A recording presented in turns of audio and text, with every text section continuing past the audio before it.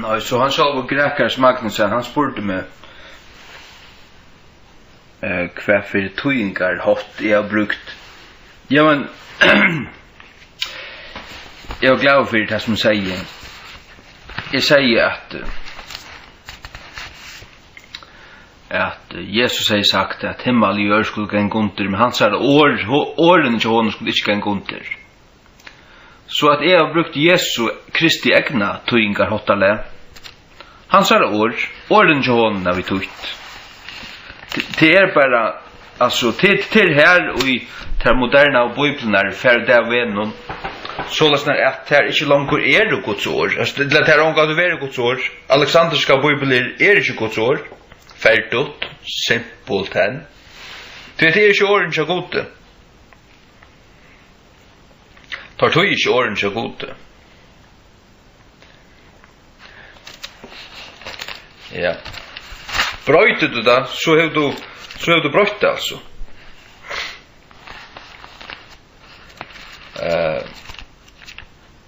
Hvis du sier, when Jesus had spoken these words,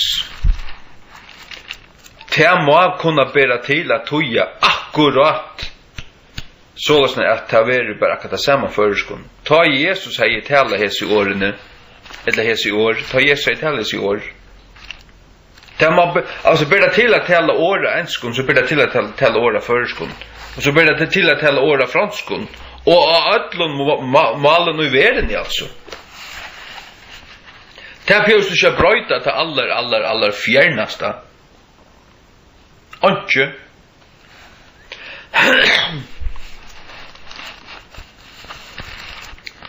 Så ta öjdesläcke till ja men hur har jag sagt att det här? Det slett ikke her man da man tog i bøyblene. Da man tog i bøyblene, så det kvært stendur her. Kvært stendur her. Og det stendur altså tilfeldige av enskon, og jeg skal heva det iver av førest, ja, men så tog i hese årene av førest.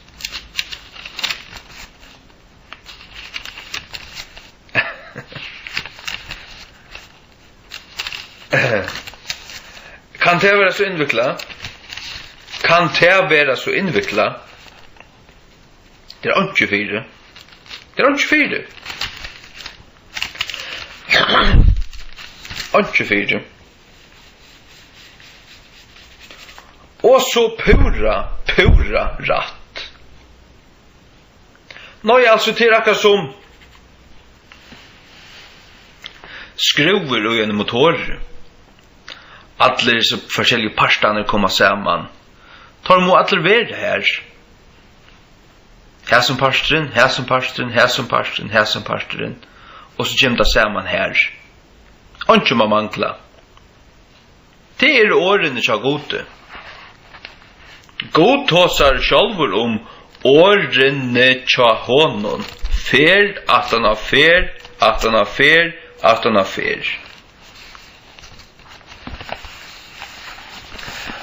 Og det vil si at det er bare en måte jeg tog av Bibelen. Det er bare en, det finnes bare en, og det er at tog i åren så gode.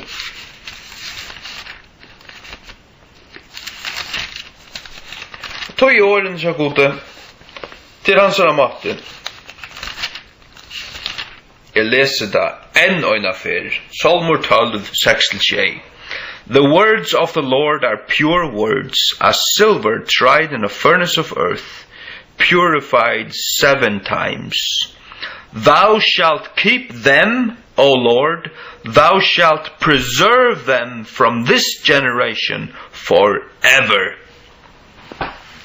Årene til Herren skurår, som silver røynt og i øynene moldovne.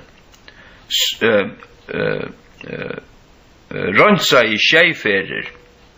Tu skalt væra teg, og Herre, tu skalt varvøyda teg, fra hesi at ever.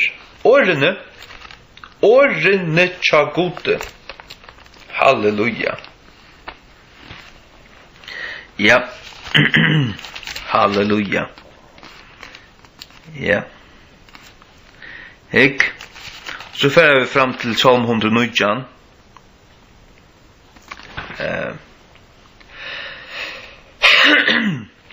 Psalm 119. Og til vers 103. Thy word is true from the beginning, and every one of thy righteous judgments endureth forever. Guds ord satt fra byrjanene. Fra byrjanene. Det vil si fra første Mosebok 8 og frametter det satt. Guds ord. Og hver og øyne av tøyne rattvise dømon værer ever. Halleluja. Halleluja. Ja. Salmor 138:2. I will worship toward thy holy temple and praise thy name for thy loving kindness and for thy truth, for thou hast magnified thy word above all thy name. Tu hefur gjørst størst tutt og alt tutt navn. Ja. God hefur gjørst sitt så størst at han har sett det sitt navn. Sitt navn, sitt egna navn, Guds navn høylagt? Ja, det kan fortelle der. Og hans år høylagt? Ja, så sannelig det det. Så sannelig det det. Ja. Det det, ja. Halleluja. Takk og lov. Ja, hikk.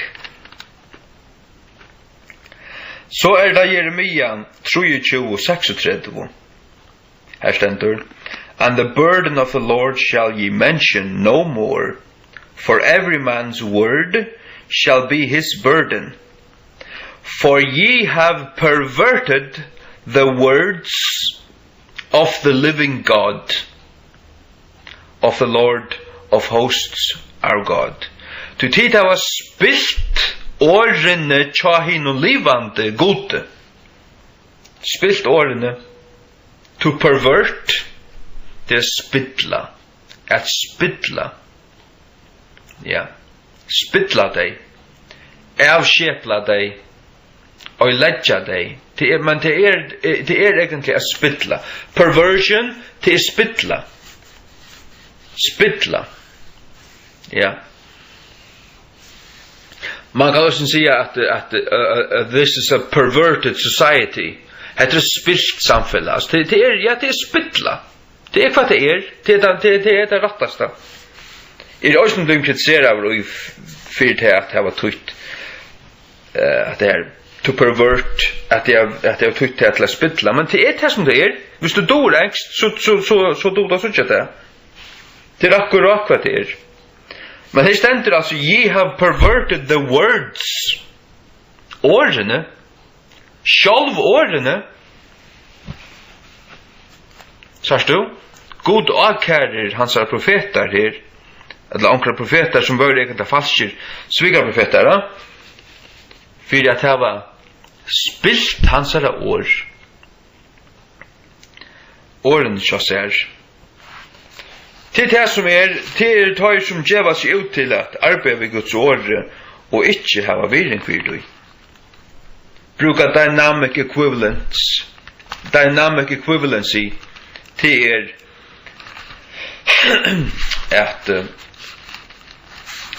at lesa en setning og så bare at spyt også ut et sånn egna hjärsta, sånn egna hoa.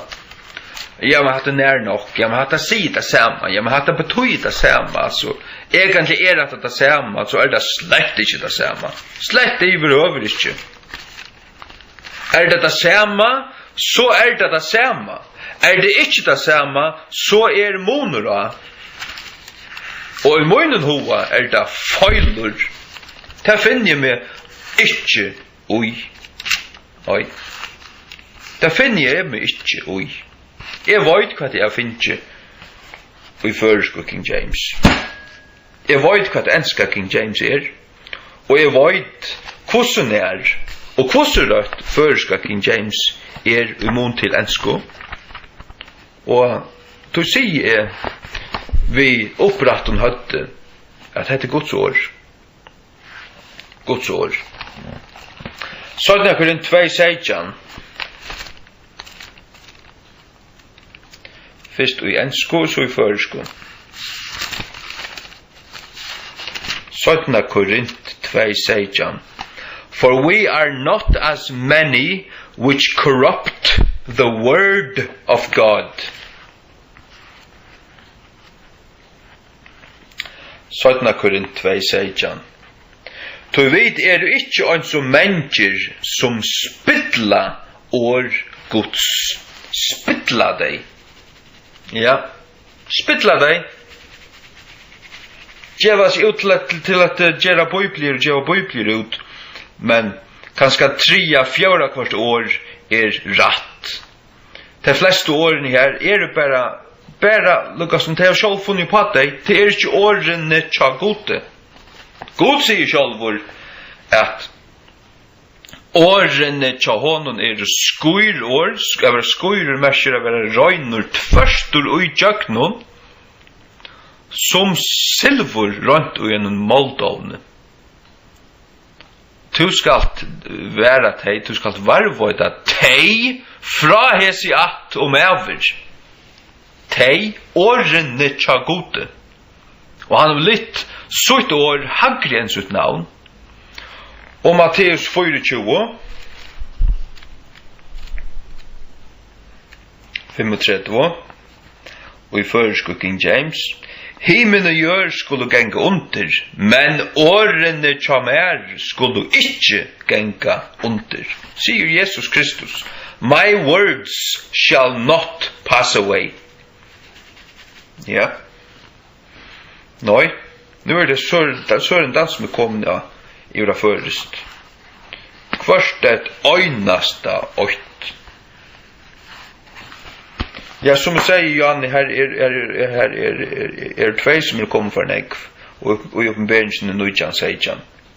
De strik iver fra nu av. Øyna strik og jøkken deg. Ja. Ja.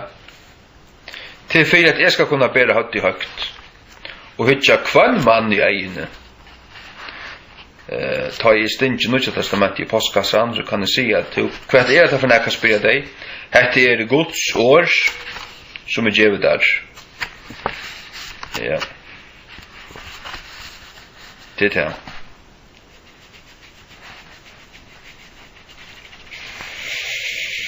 For we are not as many which corrupt the word of God. Spittla årene tja gode. Spittla. Og det var anker som nevnte firmaer i Matteus.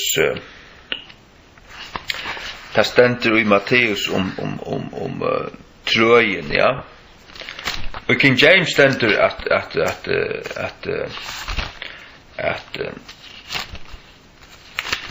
a spilt tre, a corrupt tree, ja. Det ikke det som at folk dømer King James ut fra tømmen Bibelen som de kjenner, som korrupter. Du kan ikke rette en røyna Bibel ved en korrupter Bibel. Det var ikke til. Så sier det vi med her feiler og hvor har du skriva spilt tre? Ja, men tog det stender corrupt tree. Bringeth forth corrupt fruit. Minns ikke hva det stender. Til trøyene. Corrupt. Ja. Men egentlig at det treje her til hjärsta. Til hjärsta at her. At det treje her hjärsta at her. Eller av en menneske. Som ikke skal være spilt. Spilt. Vi snakker ofte om at det var at siali spittla, alltså etisk spittla att vårsta. Att folk inte hava inte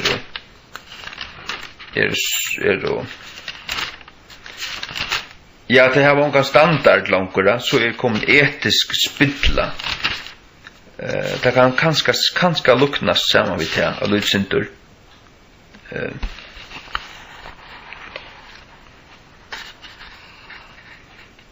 Men det är så pura rätt. Det är så pura rätt är det. Ja. Spilt trä ber fram spilta frukt. Hygg.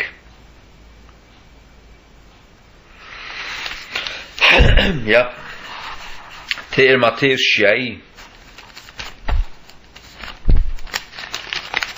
Alltså rätt är inte King James vi Dal och Victor. Inte och i ögonen till ögnasta före.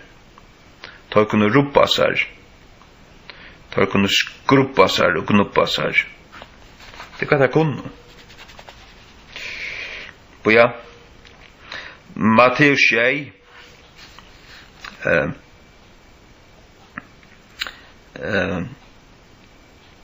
Fra 15, ja. Och ja.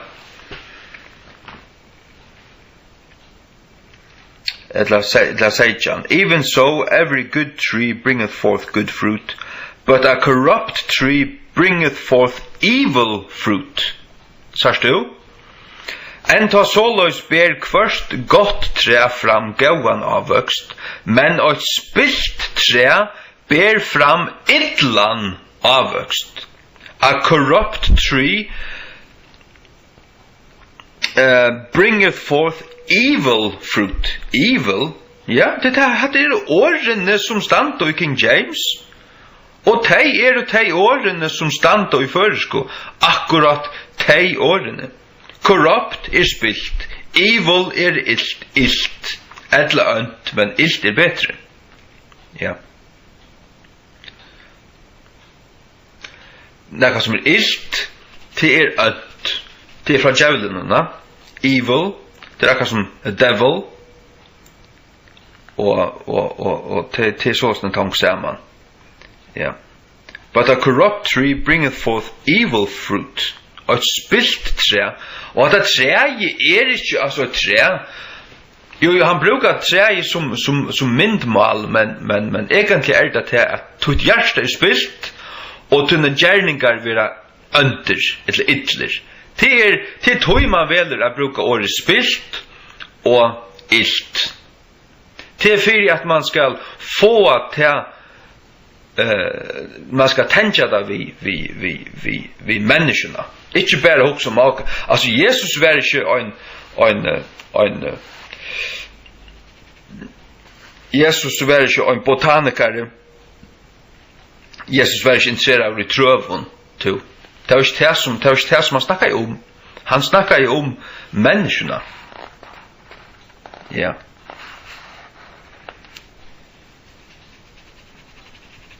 Og han snakker her om profeter. Jeg skulle kjenne tøyr av tøyre avvøksten. Så han sier i vers 20, hversvegne av avvøksten tøyre skulle til kjenne tøyr. Så at det pura rett at bruke årene akkurat på enda måten. Og jeg har ikke gjort meg klokere enn King James-bibelen.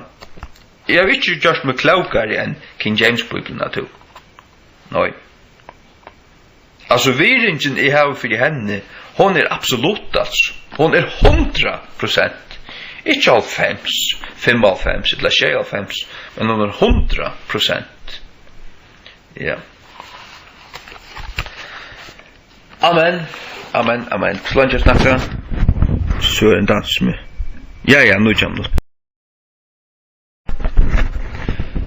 Japp.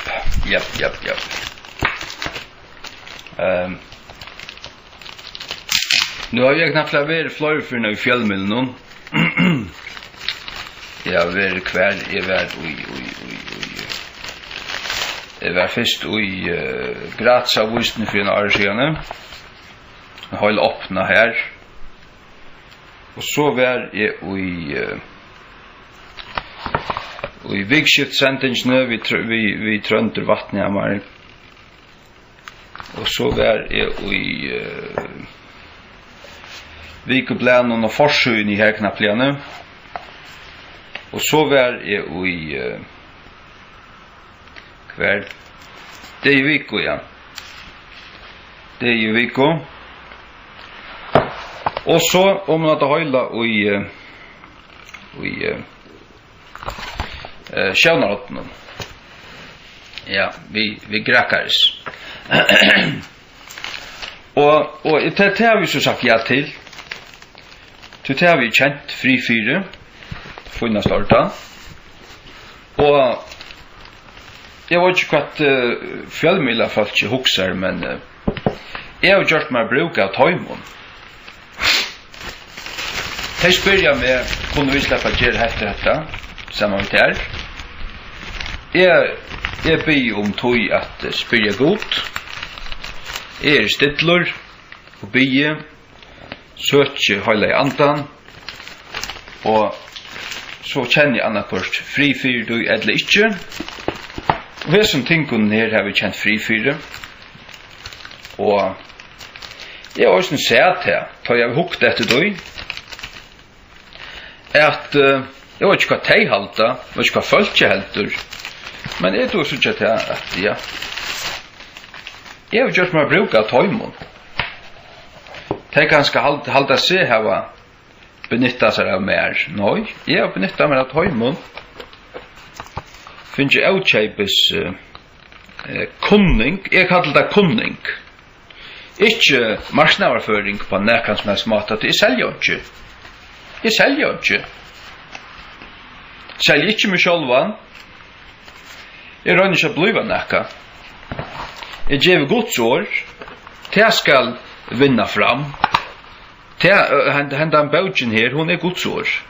King James. Hon er Guds år. Ja. Jeg sier det alltid, hvis jeg ønsker King James er Guds år, så er føresker King James Guds år.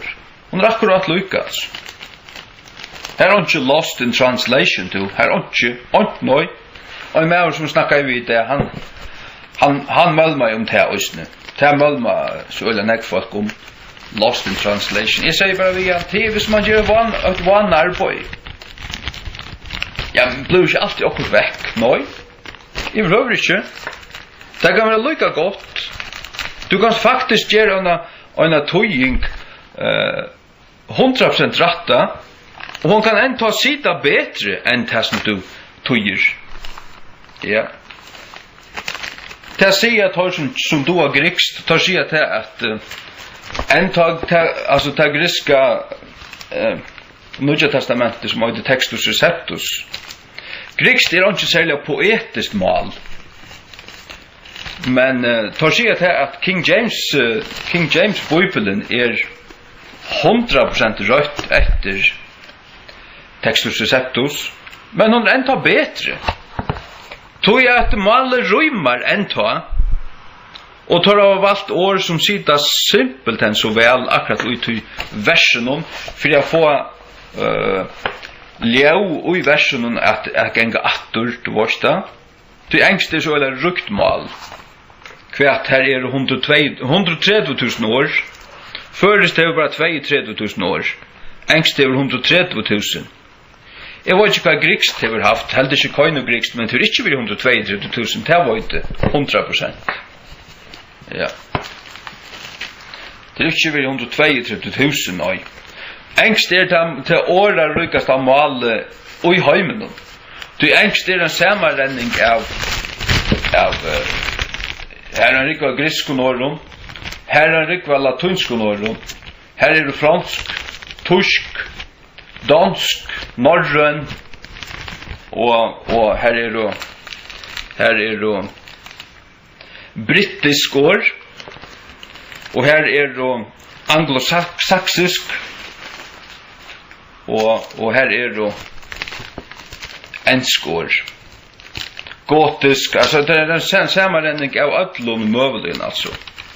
Så nekva røter renna saman og engst. Ja. Nei, Nej, nu har vi bara sagt när jag blir spurt om inte åter nu vill snacka. Åter nu kommer vi omkring och inte bara ena för men tvär för. Nej, nu säger jag bara tack för mig. Jag säger bara att nej tror jag att nej jag märker det. Jag märker det i andan och jag och hjärtan att man vill det gärna låta som om man kunde just clown ur mer. Det gör man slett inte. Jag touch time för det. Jag touch för det. Jag säger tack för att jag kunde föra det som jag har säga fram och jag kunde tycka. Jag säger tack för det.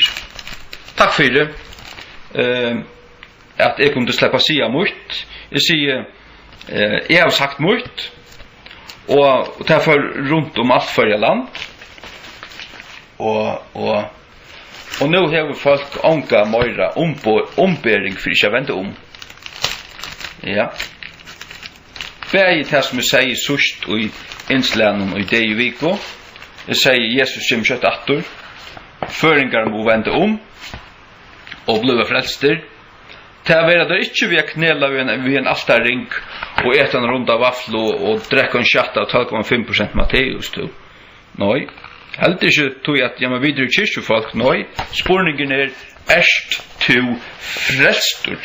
Kjenner to Jesus Krist, som Guds, som døg av Golgata krosset. Ja. Vær deier trudja deier. Fra frudja deier klokkan 3. Inntil sunnumorgon. Vær deier. Støynhamrande deier vær han. Han ser ante. Ja, han får nyer til helvetes. Og trudja deier. Og han røys opp av 3 deier. Fægeren røsti han opp. Og hele anden røsti han opp. Og han røys opp vid liklund helvetes og deians. Størsigrande til. Triumferande. Ja. Nå, jeg ganje at han fyrir høyla i andan. Jeg fortalte da også at et kvarter Arne skulle inn i studio og at hosa vi Grekars Magnussen. Ta vuste god mer. Ta så jeg knappliane vi munnen fysiske eion en stora skuisolo oppi over her som bygg vi Runavik. Og en av vik og æren har jeg drømt det. Ja, det var et tekjen for meg. Så jeg tar jeg drømte det. Det glemte jeg å si. Det var til at jeg var inne i Saltafyren, men jeg hekk opp i luftene. Jeg flei opp i luftene og flei ut etter. Og så sa jeg her skuisolene. Ja, en skuistolpa faktisk. Og det skudje som jeg sa Bøyntaren skulle inn i studio med en korte fra Kalbaksbotten ut til havner. Det var en skudje som jeg omkant av Sefir, altså. Det var en skudje alle stedene. Knappelig han så røyser seg bort ur omkant en skuistolpe. Akkurat lykka som han som hei drømt. Og en vik og æren, eller 2 viker og æren, så det var nekker det og æren. Og her var Høyla i anden vi. Ja, Høyla i anden var vi her. Og jeg fikk ordentlig sagt mot. Jeg kjente Guds kraft i meg. Øysene tar jeg tåsa i hinnaferna og i Guds øydratta. Vikskiftesendelsen vi trønde vattnet av meg. Høyla i anden var i meg. Og det følte jeg så holdt det høyla vel. Ja. Men folk heldet at man svekker og ditten og datten. Tog man tror på Bibelen. Tog man tror at ting sint. Og tog man tror at det verilig en god. Tror en god, fægeren, soneren, høyla i anden. Og at Kvart mansbad som nærkant til liva skal framfyr han og døma deg, og til å være bare til frelstor som slipper til himmels. Resten fyr tog verre, må jeg sige, og i helvete. Til trygg vi trygg vi bøyblene år for år, setning for setning. Ja, trygg vi ødlene i bøyblene, enn ta hver en komma og hver en punktum. Her som King James setter å komma, her øyre vil komma. Her setter man ikke et punktum. Nei. Tog et punktum døyler sundur sterskare enn hva det komma gjør. Ja. Så jeg trykker vi at Guds år simpelt enn King James Bibelen. Det Guds år, endelig autoriteteren, hakste myntel og gjør, Guds bøk. Ja. Jeg trykker at han bøkken God hever opp i himmelen. Guds år opp i himmelen, varst du. Forever settled in heaven. Ja. Guds år over grunnfest i himmelen. Eller hva sier jeg tøyt, jeg minns ikke nå. Og i himmelen det, ja. Og til varvått å gjøre østene. Salmur 12, 6-6, til varvått over, til å være inspireret, men God har ikke mistet borster. Guds år kommer ikke knappt å være funnet til. Vi har omkring krokken, vi har omkring kumran, ditten datten, deiehevs, tvattel, nekka tvattel, ikke nekka som helst. Nere i Alexandria eller nekka sted, omkring sted. Guds år til, til alltid være til.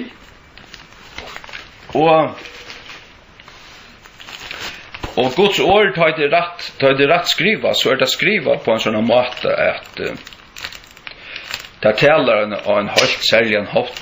Det taler så løs at det møgner, Guds år møgner hvert år, det møgner akkurat hette året, og ikke annet år. Og til skriva så løs nær, at det blir til at toga det år, etter år, etter år, etter år. Det aldri folk vil ha gullet ned ut. Man folk sier til, så øyne som mævren som snakker i det, at ja, men hvis man tog fra øyne mal til et annet, så misser man alltid okkurs. Nei, jeg sier det på slett ikke. Jeg forklarer til at jeg har tog år for år, for år, for år, for år, for år, for år, og så har jeg flottet på årene, altså fra komma til komma, innenfor samme setning har vi sett årene og en føriska ræfylt jo. Ja, så jeg har flottet på årene, visste det var nøyut, men det har helt merkelig av King James Bibelen til det at, og i aller fleste føren pjøvst det slett ikke. Pjøvst ikke en gang. Det sier bare akkurat det som det sier. Leser du det av en skund, så sier det til å avvise opplysninger som kommer fram, og ta det tøyt omhittelige år for år til først, så sier det akkurat det samme av førøyskom, bare vi førøyskom årum. Ja. Det var grulig bort, det var platt, det var bansligt, det akkurat hva det Jeg måtte bliva til å baden, og jeg kunne brukast til å tøye Guds år. Alle min egne klokskaper skulle bare køres vekk, slett ikke stålast på. Og så var det bare til å finne tilsværende år for de enske årene i King James Bibelen. Tilsværende førisk år. Og det har vi så gjørst. Graup og ordentlig djupt til å finne førisk år som tilsværer vi til ensko så parallelt og jevnt tilsværende som vi behøver gjøre litt. Det er alt merkelig til at det blir vel til. Særlig hvis man fører sin til frukt det. Altså, jeg spyrer fråskaparsetter etter hva det slipper jo ikke slipper å skrive. Det har vi bare droppet, altså. Så borter ikke, det får ikke med til å gjøre, altså. Nei. är ringt till att skriva till några fråskaparsätten. Kan jag släppa skriva detta? Det spyr jag onkan efter. Och jag har smuja under 40 år till Bibeln. Smuja. Som och lant ur svenskon, som lant ur uslenskon, som lant ur enskon. For föreskaje. Jag har gjort det. Akkurat som jag själv funnit för gott alltså. Spyr jag onkan efter. Jag har inte funnit på det. Alltså jag skulle helt färdig i fångsel. Jag skulle helt sitta i fångsel och skriva frukt. Guds år är inte bunte, vad själv tog? Det säger Paulus. Guds år är inte bunte. Ja. Jag spyr kvart frälstan eller ofrälstan efter, hos jag släpper jag toja. Nej. Och jag har gjort det ordentligt. Det heldig tog ganska inte. Tema flöj flickvanlig kom inte. Men jag var ju bara till att jag kan läsa i första King James och få allt 100% vi som Guds år säger. Här manglar inte år. Svårt jag vet. Nej. Och nu sitter jag kvällarna och patcher Nya testamenter 2 i kvann plastikpåse. Det sitter jag ger point nu. Det sitter en 12 timmar kvarskvalt. Och jag finner mig till fyr, jag har en penn tramar och så blir jag upp attast fra attast permo. Och så blir jag till uppenbarelsen av Nujjan Sejan. Det här är det 2 år som inte jag stanta till hinnar miklo. Kom ju savnet till samman till hinnar miklo kvöldmåltöjar hins mikla gods. Ta öra vera, kom ju savnet till samman till kvöldmåltöjar hins mikla gods. Och så kör jag en stryk i jöknen tejba i åren hinnar miklo. Och i kvargen tog öjnast av intätje. Tog värre är nog snakk öjntug färdig ut här som inte har gjort det. Men grunden till att jag sitter och gör det till att är reagist, är öttest. Nu vet jag av att här är 2 år som inte har stand och i Guds år kommer in i här vant av min ekonomisk avon. Och bara öjna, eller trutjar bläs, trutjar bläs så långt fram med stendur en avväring som ljöar sålöjs. Uppenbarelsen 22:18. Tog jag vittne för kvarjon manne som höjer åren av profetien av Jesu bok.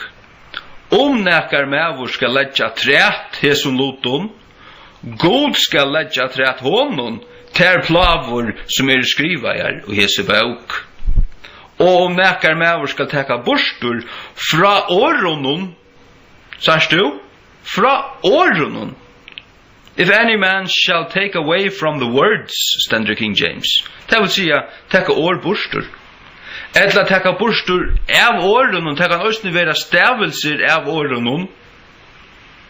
Det tar jag inte att göra. Ja. Reist Guds år, alltså. Det du förbannade själva hvis du bröjt det av vilja. Så det har vi slett inte gjort. Och det är ju fullt vidande om. Och jag vet att jag ska döjla ut otroliga Nya testamentet till nästa år eller 2. Jag får en container av 31 000. Men jag får inte på det ut vi en file och som jag vet är en filer. Så att jag öppnar kvart Nya testamentet på en strik och jag nästa åren. Och så vitt är vet ta Nya testamentet fila frukt. Så vitt är vet. Ja.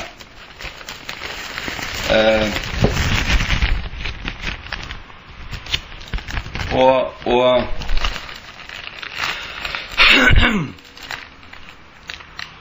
ja, några filer och i mag god så fyra mig. Men ja, jag spelar inte clown, jag spelar inte komedie. Og ikke kommet at underhalda folk. Og jeg vil ikke oppringter av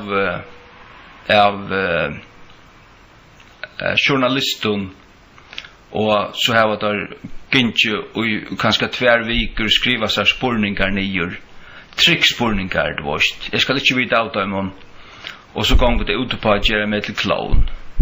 Nei, altså. Så at, men jeg spurte god. Jeg spurte god her til, skal jeg si ja til det her?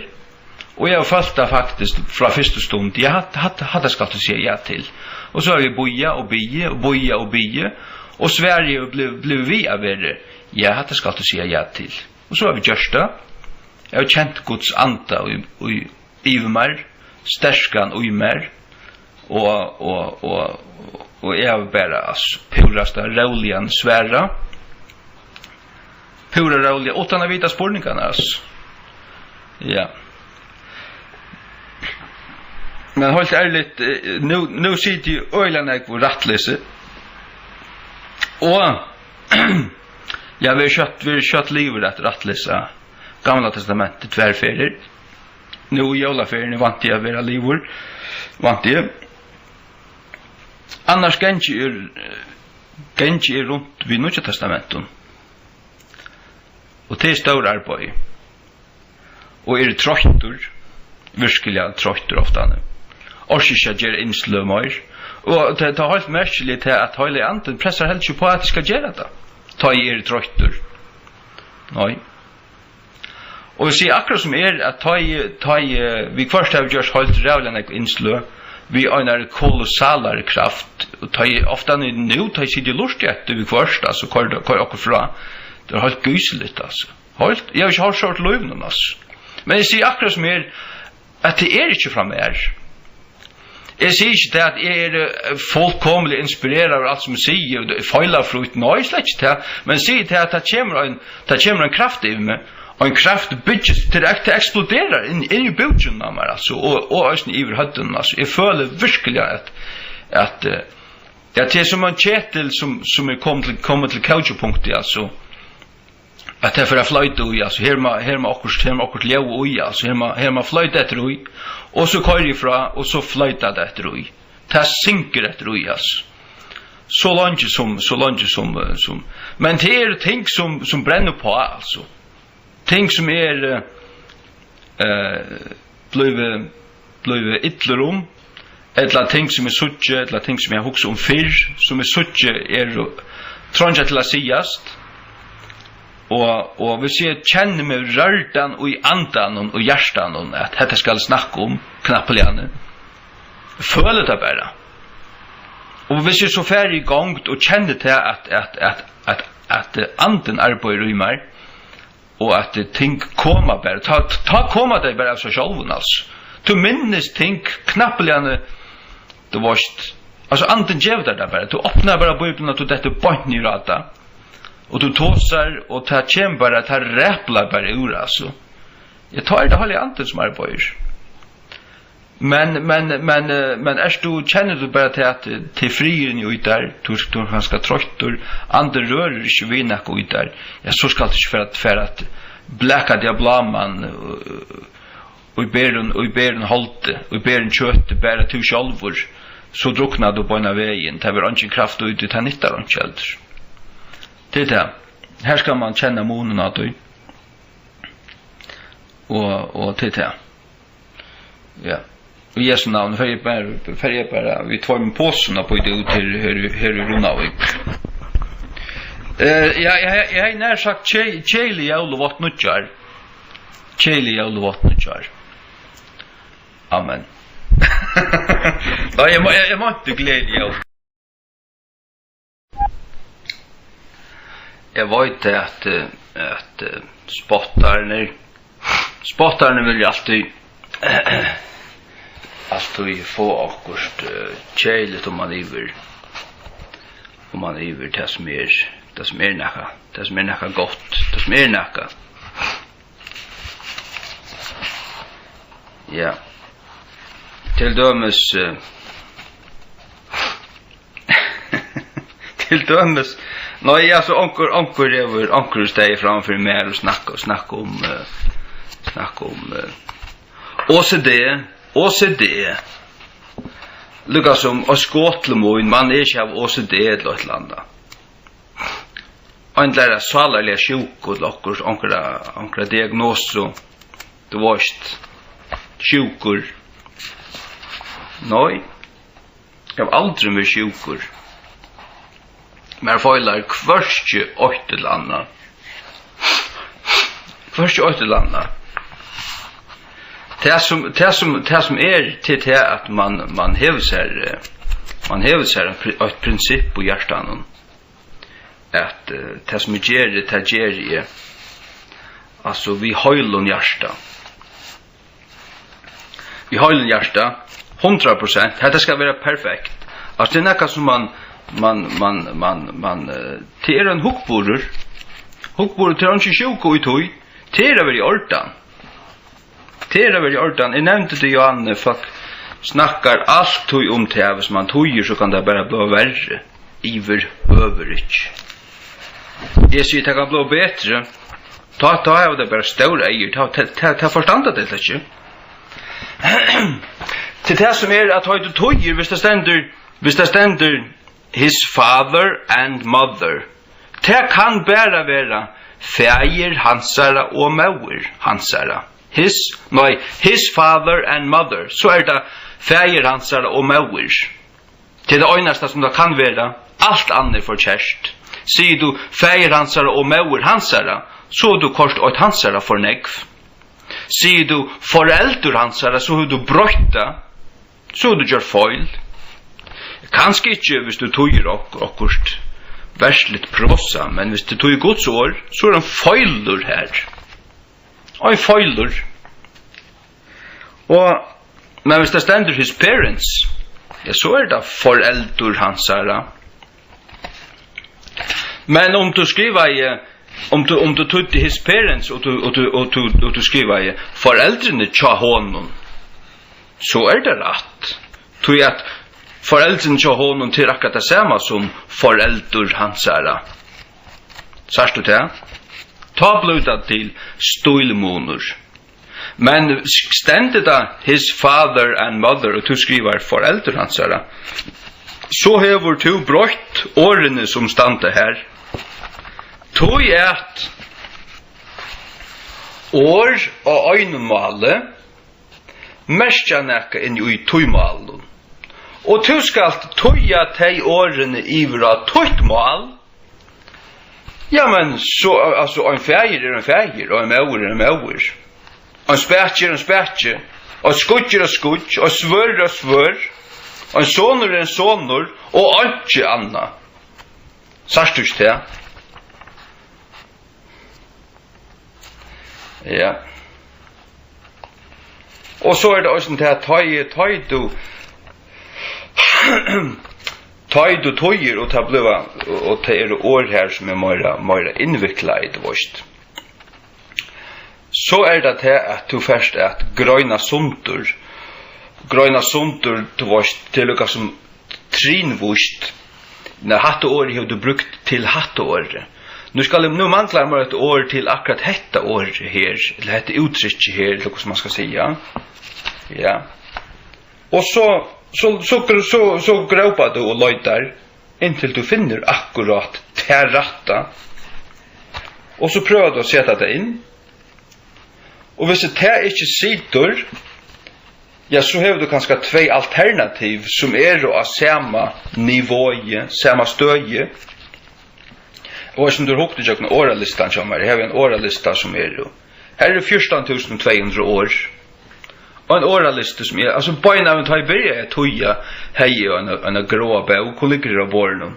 Jeg byrja beina av å skrive i, og hun fylltist så sa jeg til at jeg var nødt til å gjøre jeg skriva til årene inn, og det kom bare så snart til meg, vårt kvett, gjøre et dokument inn i Word, gjøre en alfabetisk ordan, og så kallar du årene inn. Hva for jeg slik et år opp, valgt et år, så fører jeg inn her, og fører til den bakstaven som til året begynner vi, og setter det også i alfabetisk ordan inn i det 2 bakstaven. Det vil si at det kom akkurat inn i sitt plass. Og så sa jeg til vi togene at det var ikke så snilt bare å ha 8 år til hvert engst år som jeg tog. Men det sniltaste var at det var 3, 2 eller 3, ikke mer enn det, det pjør ikke mer enn det. 3 akkurat perfekt. Og de 3 årene skulle mestja det samme av føreskolen. Tog jeg at vi tåsa, så alltså först har fullt av år alltså som jag säger 22 000 år. Och du kan bruka det var det några år som mest akkurat det samma. Du kan se det samma och bruka ett annat år och du varst det innehåller akkurat det samma. Ja. Ja. Och det hjälper oss öle väl till tar du har tror jag väljer oj så kan du få verset att sitta väl.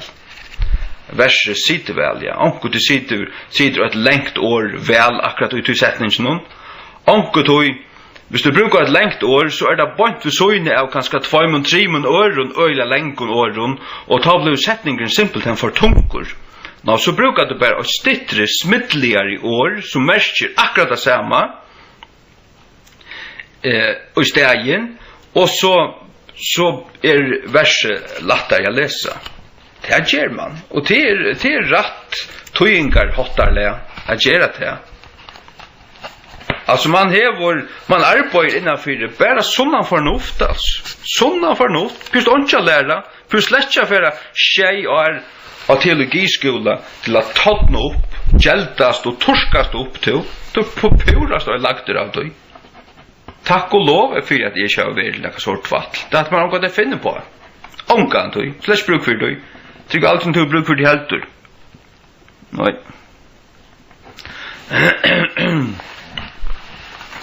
Jesus valde sig fiskemän. Fiskemän. Ävlardar tar dott att läsa men alltså. Inte mer det. Ja. 12 av tajmon. Den ena som Vernaka lærte, det var Paulus. Men han stålar ikke på det. Det var ikke det som Gud brukte akkurat. Men Gud valgte seg så han, ja. Ja. Halleluja. Det mener det, ja. Nei, ja, det som snakker om det er at det blir vel til at tøya rett. Det blir til at tøya rett. Folk som halda sig vara så klok, de du inte förstanda det. Men böt förstanda det. Böt förstanda det.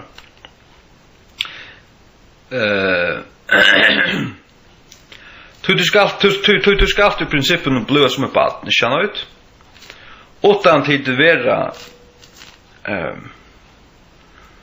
ja. Som barna, så kunde det inte gänga in i Guds rike. Ja. Det är det som är. Halleluja. Halleluja. Ja. Som barnen. Som barnen. Det är mest inte det som katolska och lutherska kyrkan säger. Att utan tur barnan döptur så kommer du till himmels. Hompok och dvall. Nej, det är att det är hjärsta gärna. Det är att du ska ha ett einfalt hjärsta. Ett tryggvande hjärsta. Som lyder av god. 100%. Jag lyder 100% av god. 100%. Ja. Jesus är färdig till himmels. Han fyrröjkar en sted till moin här uppe. Och ett land tryggvande. Och han säger att han skulle komma attor. Att täcka okkon till så. Så skulle vi alltid vara samma vid honom. Så att den Thessaloniker bra 4. Halleluja. Ja. Han försökte komma attor. Och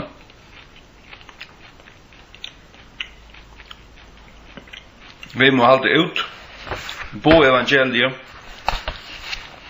avvikelig, avtrøttelig, gjøre det som god vil. Simpelthen. Ja. Inntil endan. Dodja for trunnen som skal være.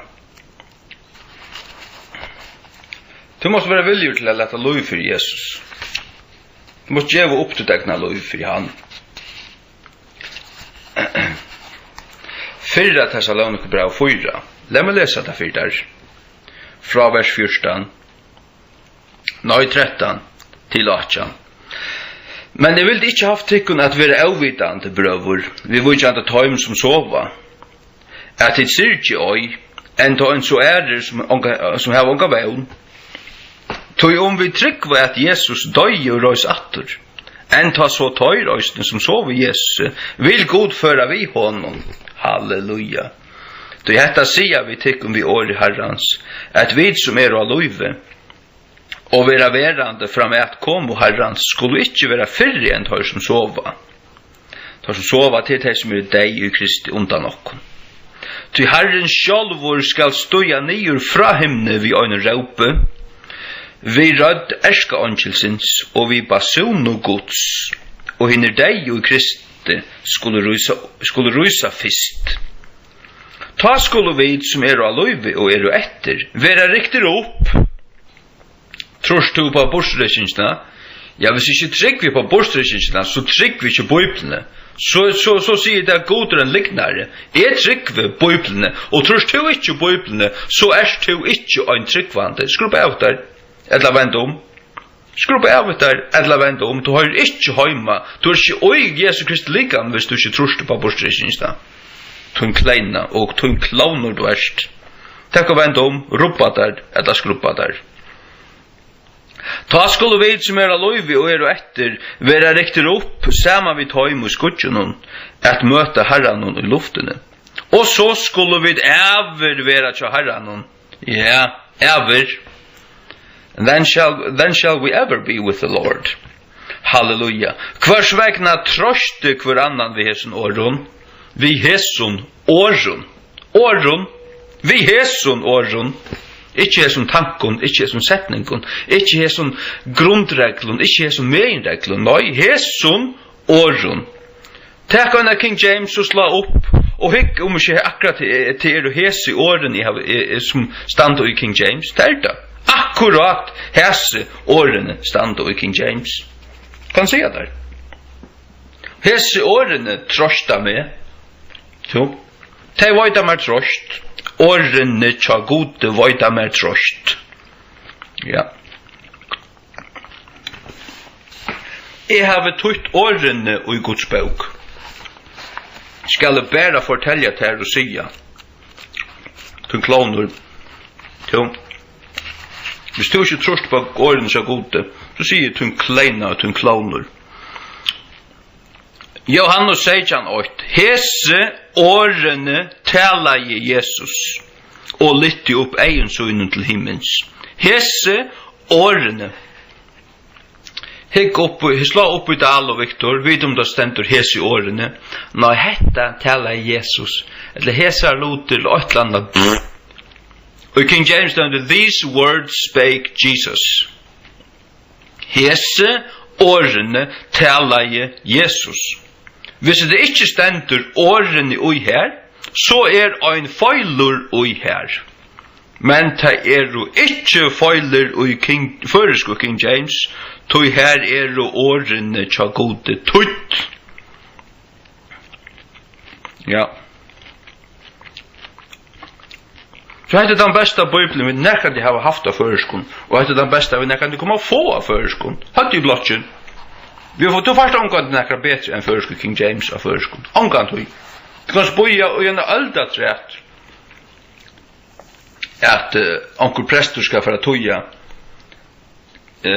Textus Settus Theodor Besa fra 1558 og Ben Chaim Gamla Testamentet. Tar det onkel du gjørsta aldrin, og om det så hadde gjørsta, så hadde vi feiler ui. Tøytar hadde valgt for kjærsta fyrsettingar, og tar hadde tøyt for kjærst. Tar hadde ikke gjørsta noe vel. Jeg vet da.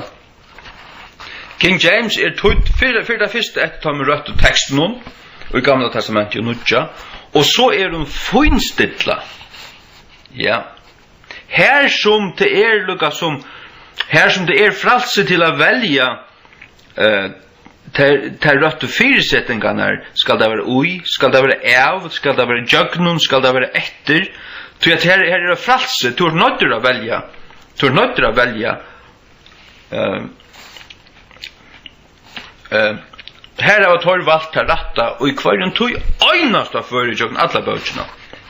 Jögn alla böckerna som hon är. Och tar det tog ur enskon till då ängst. Är till förrest. Ja men förrest och ängst är så mycket närliggande. Att här omkan näka ivamal, alltså through jögnon. By av etla vi. In oi. After till efter. According to till samsvarande vi. Alltså det alltså här är ungen ive. Och det te och ungen anna. Simpelt än allan vi en jöknon. Och tar det så just så tar man det upp. Man sätter sig en djupan stål och man läser jöknon. Och man har Guds bok. Det heter höjlagt. Det heter den öjnaste höjliga boken av hjörne. Ungen Bhagavad Gita eller vad det sörnda öjter. Eller The Book of the Dead så Egypten eller Koran eller näka som helst. Eller Baha'u'llah bok eller näka sort fall är höjlagt. Längt väl förbränt där en så ska det bara hålla så öjnun kvar i säger oss ne. Nej. Det är en höjla bok av hjörne. Till Bibeln. Och det är ju bara, tar du säger Bibeln så är det ju bara, ja, alla Bibeln, nej. Det ska vara att han rätta texten. Alltså jag vill säga att Luthers Bibeln, det är heliga skrift. Först utgiven 1560. 3 utgåva som är från 1545 hon är bättre, hon är lika som finpussa. Till henne som är här. Det är en hela bibel, alltså det är den rätta texten, bäj och gamla och nya testamentet. Danska bibeln från 1632, hon är synte fejlande i Salmonen, hon är synte fejlande i ankrum boken i gamla testamentet, men som helt är hon rött. Jag vill säga, ja, hade den heliga skriften alltså. Men, nej, här sa Victor och Dahl till inte en heliga bibel. Det är andra kan så don't kallas det bara Biblia. Biblia. Och in i Biblian ett annat sort. Men hela Biblian nöjd långt från tog. Slätt starta texten alltså. Nej, tog värre. Eller harmligt. Men förska King James till orange är god. Och det är principen sådant när att du måste läsa igen för jag vänjas vid henne. Hon tåsar inte lika som näka Anna. Alltså hon tåsar slash lika som alltså man kan säga att toingar hattar i år och här minna om och som ganska han själv Christian Oswald vidare skriva. Men detta Louis släck chanser om alla släck. Detta är så det är. Förska King James är sin egen. Och hur ser hon? Nej, jag säger det. Hon är sin egen. Hon är som näka Anna. Alltså det är King James Bibeln av förskon. Och det är det öjnaste rätta. Det är det öjnaste rätta. Annars kunde du inte kalla det en förska King James. Men det är det som ständer här nu. Höjla jag Bibeln. Förska King James. Och det som hon är så puraste av rötten. Och tål du inte det, jag så är det bara tough. Tog ett problem. Gnuppa där bara en ansikt jag där. Men det är boken så god. Det är Guds bok. Guds höjliga år. Skriva stentor. Ja. Skriva stentor. Ja. Alltså nu är faktiskt så djärvor som att säga till att en rött punktlig ofärdliga sträng tøying av King James av 1611 som det som jag gjort i våra förrest. Hon är bättre än Luther. Bättre än Luthers tøying och bättre än danska. Ty här är det högast allt ankostane feilerui. Ankostane picklet feilerui. Ja.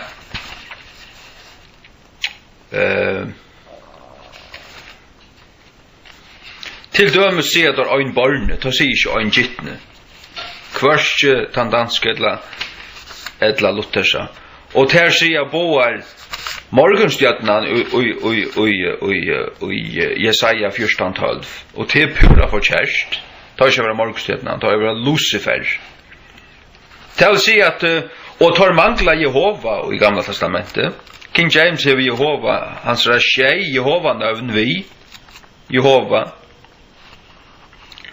Og Guds nøvn, altså J-A-H, ja. Det stender også i Salmonen. Og forskjellige sovnakka. Og til først og alt vi i første King James. Jeg brøyde i åndjas. Altså, anstendet av the Lord God, så det Herren god, og åndja anna. Så Herren er forkjærst. Forkjærst, det stender the Lord God. God vi stauren, størst G, størst Å, størst D. Ja, det Herren vi luttlån, og G-O-Ed vi stauren alle bakstavanir. Altså, åndja anna kjenner på tal.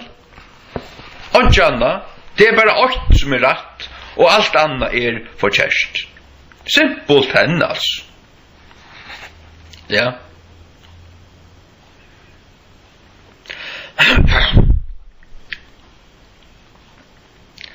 Nei, altså, så at jeg sitter og leser i første King James, og omkring tog jeg leser okkurst, hvordan lever hatt og ensko. Hvordan lever hatt og ensko. Altså, jeg kan bare tøye åren i våra engst. Du varst. Jeg kan bare tøye tøy åren i våra engst, og så slår jeg opp i ensko King James. Og ta det bare det som stender, altså. Det er bare akkurat det. Og det det som at kanst du tøye det som du har tøyt iverattor og det som du tøyte fra, og komma til samme urslit, du kvar inn de øyneste føre, ja, så hever du tøyt rett. Det måste du forstanda. Ja, det du er forstanda. Så mye bansligere er det. Så mye bansligere er det. Ja.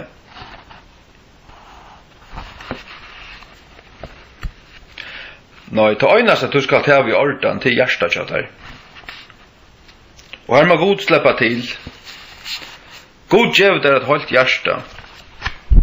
Et holdt hjerte. Og det er nemlig det som jeg sier i Janne, at om at her vi er tala og sånn akka. Jeg får at det var kraftene. Altså, du kan så heilig anden kan ikke bruka det hvis du hever et lekande hyklarist hjärsta. Det var ikke kraft i det her. Om du så fekst krafterna så leker du der på en av veien, altså. Hjärsta kjøttar må være i ordan. Altså, hjärsta kjøttar må være absolutt. Altså, det som det vid buldrande kraft, altså. Og det skal virkelig standa, altså. Det som du vorst hvis det så det så. Og så skal du vite at det så. Og du skal kunne sige hvor det så, ut fra Guds ordre. Og det så, ja, så skal du helt dodja enn jeg bakka. Hever du nekka anna ut i hjärsta enn akkurat dette som jeg sier her, så kommer du omkring det nytta til nekka som helst. Du lavvoikur. Lavvoikur. Og du kan bare være nissa, altså. Du kan bare være en dansande humanissa. Som ikke nyttar, bare kan kittla folk og ikke anna. Ikke doer til 8 rettvisesverk. Ikke 8. Ja. Så god man släppa til. Det er hjärst i orda. Ja. Ja. Til tætu.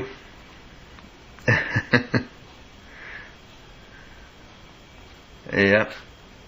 Boja mer.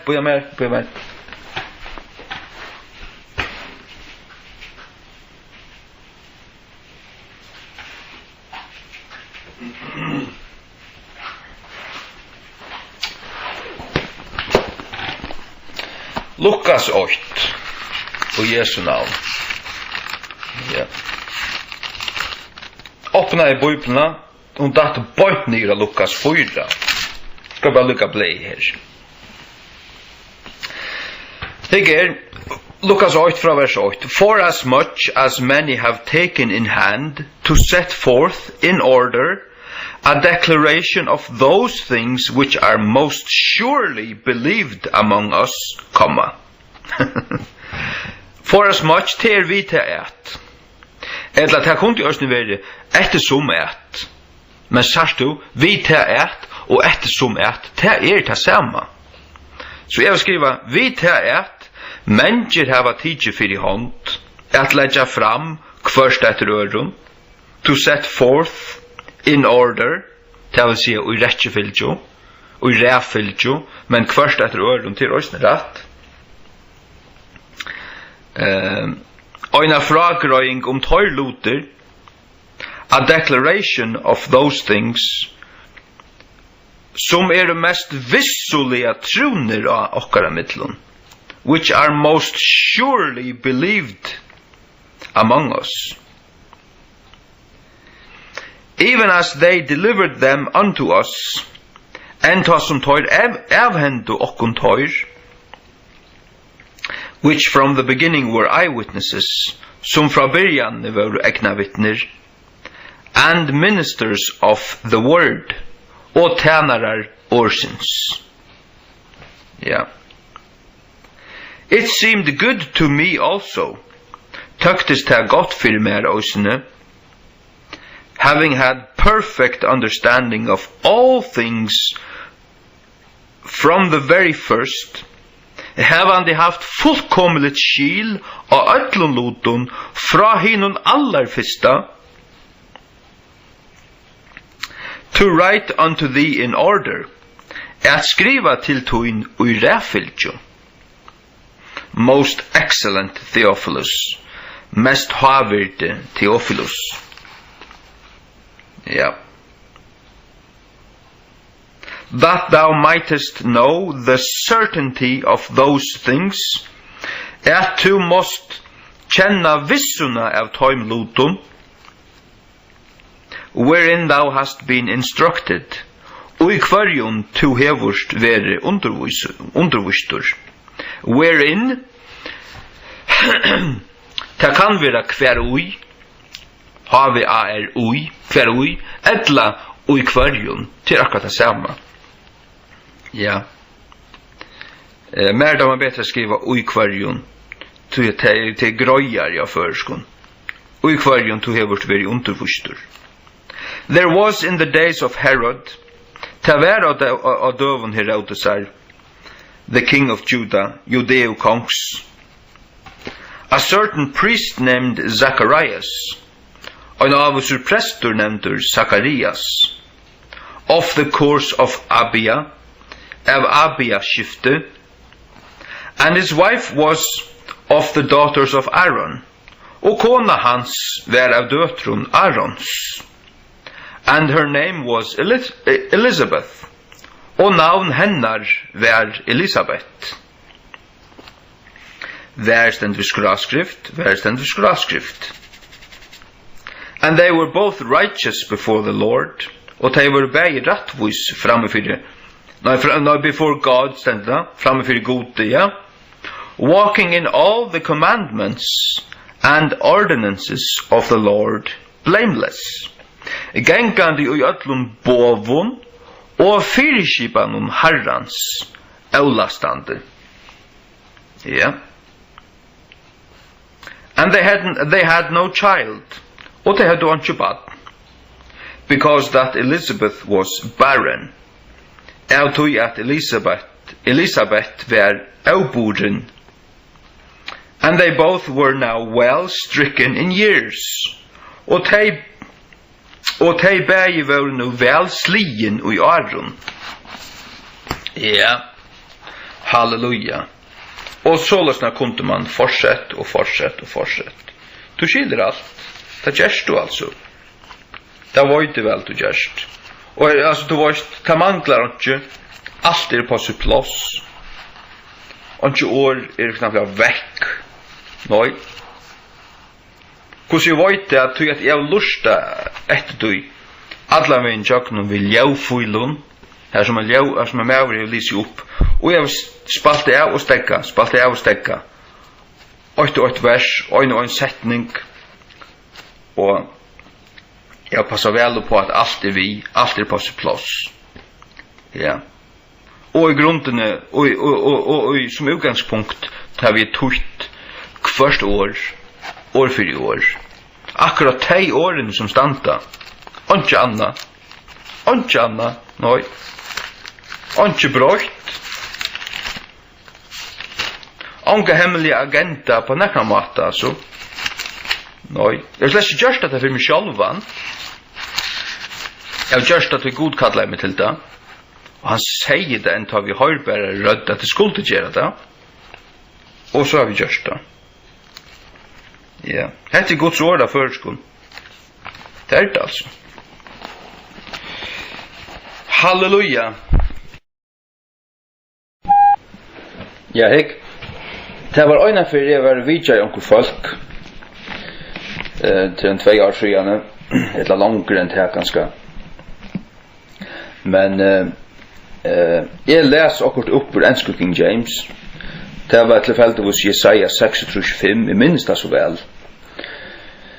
Tror jag att jag läste det som stod här. Och det såg du vid Viktors av Bibel. Och det blev vi att säga att ja, men här stod det samma. Nej, det var egentligen det samma. Nej, alltså jag visste dem av månen. Jag säger att det är det samma. Nej, ja, alltså du vet. Det tål du inte att insutja att det var inte det samma. Det vill inte gå till det. Alltså det gör det så blint. Folk gör det så blint. Det kan det göra. Det gör det så blint för månen. Jag läser Jesaja 6:5 för jag läser det nu ur engelska. Hear the word of the Lord, ye that tremble at his word, your brethren that hated you, that cast you out for my name's sake, said, let the Lord be glorified. Så stendur, but he shall appear to your joy, and they shall be ashamed. Jag får tog hetta, alltså åra ratt, så som tog i King James, akkurat som så att tydningen 100% rattor, höjre år herrans, tid och nötra vid hans år, bröver tyckara som häta av tyckon, som kasta av tyckon ut för namnsmun sök sötto, lät i herran vara dörmättan, eller dördargjördan. Så stendur, men han skal byrstas till tyckara fröje, eller glädje, og tei skulle vera til skammar. Ja, det vil si at Herren sier vi tei som öttast han som nøtrast eller själva i fransare åre, brøver tykkar som heta av tykkun, som kasta av tykkun ut. Jeg fortalte nemlig hetta fyrir tøymon, at han at jeg var blivit kasta av ut i skåpen. Ta gav Herren mer hetta åre, ta I søkte han I bøn. Han gav meg hette året, og at det passet I så 100%. Jeg har jo bare øttast god og hans år, og jeg har blitt blekket av utfyrda. Utur møgnjøtene, foten røyvene, sleptar vekk. Du først nevan hvis du viste I attor, vid hiva den igjen I bøyen hvis du viste I attor her. Ja, god nøys I utei. God for barmes I utei til det øyneste jeg vil sige.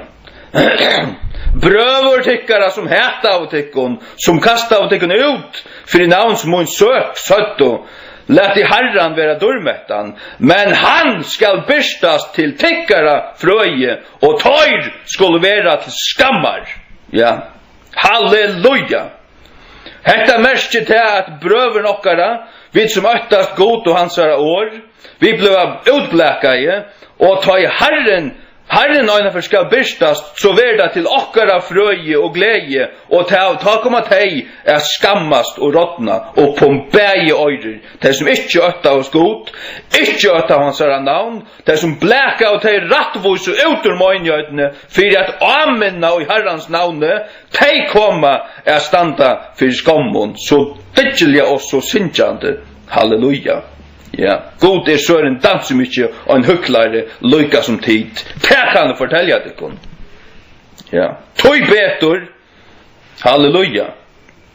Så valgte jeg stande vid god og hans år, utanfyr etla innanfyr møgnihøyter til fløyte ja, så søren danser innanfyr Jesu Kristi møgnihøyt. De kunne så kalla seg møgnihøyt, alt hva de vilja, men Guds møgnihøyt, jeg visste jo om de og ta de ikke øktast god, ikke øktast hansara år, og heta, og bleka til rattvus og adir, som heta synd, og atala synd, og tala og møte synd, de vera hiva ut, heta i drienjøkken køsten, sversta ut, utfor løyen, og bleka ut, ja.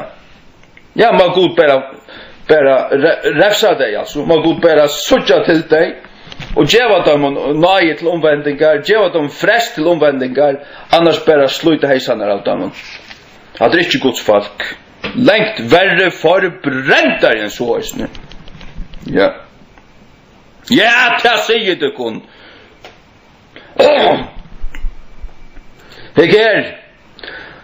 Her stendet det at ta i Herren kjemmer av byrsta så verda til okkara frøye, vi som ble blekka ut, og de skulle være til skammar. Det sier Bibelen av Dal og Viktor, ikke.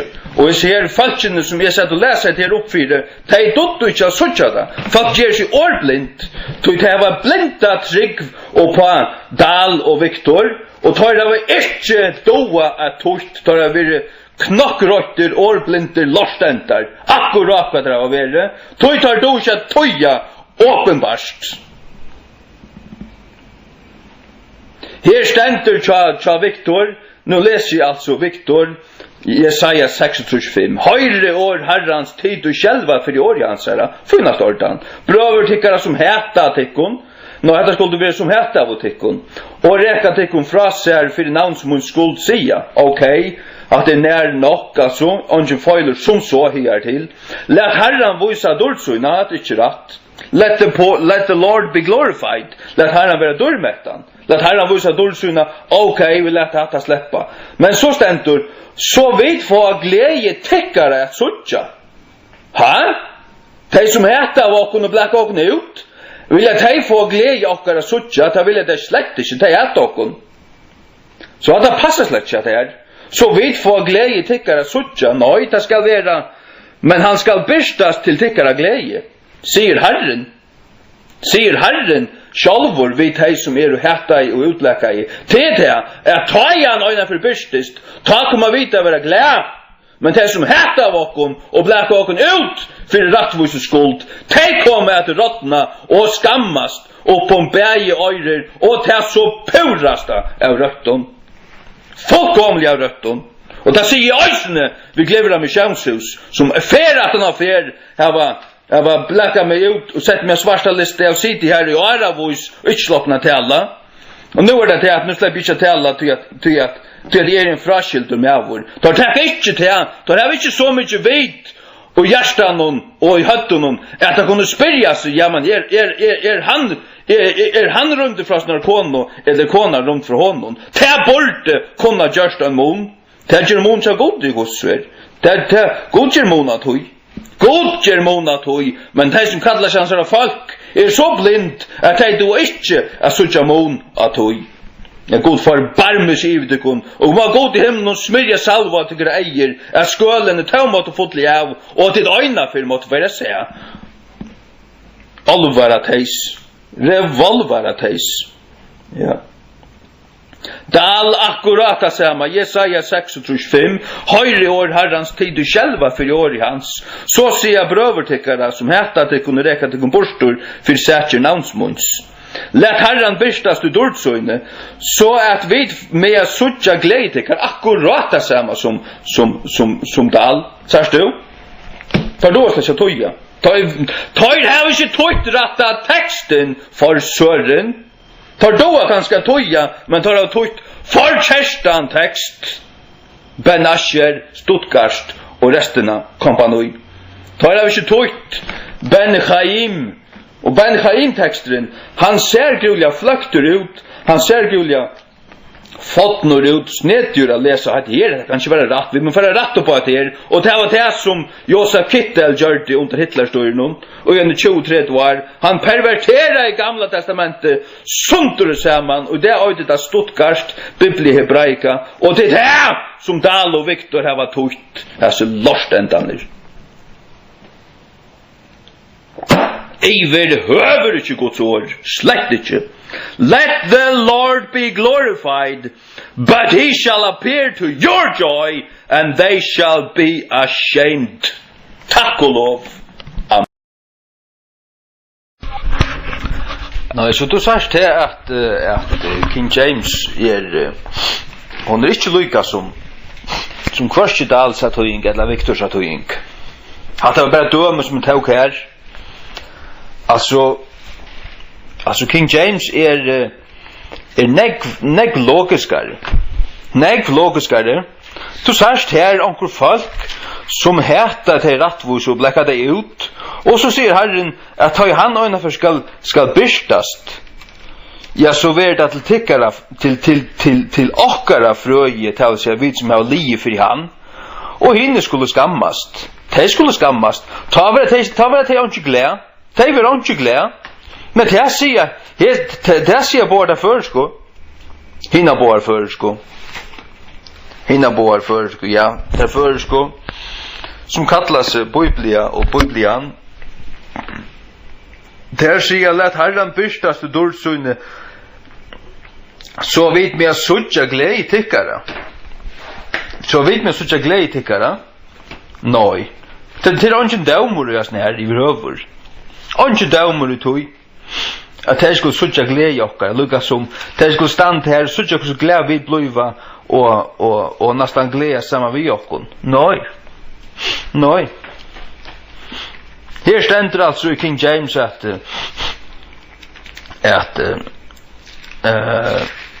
jag lämnar finna dator. Ja. Let the Lord be glorified, but he shall appear to your joy, and they shall be ashamed. Gott nog ständer till den sista sättningen i hinnebaum Bibeln, men ser man han ger sig rätt. Det är inte logiker i tjadamon. Ikke lukka nek som det i King James. Slett ikke. Iver overalt døylis ikke nøy. Det er så pura rett, og tar heva det ikke lukka. Som King James. Ja, det er det.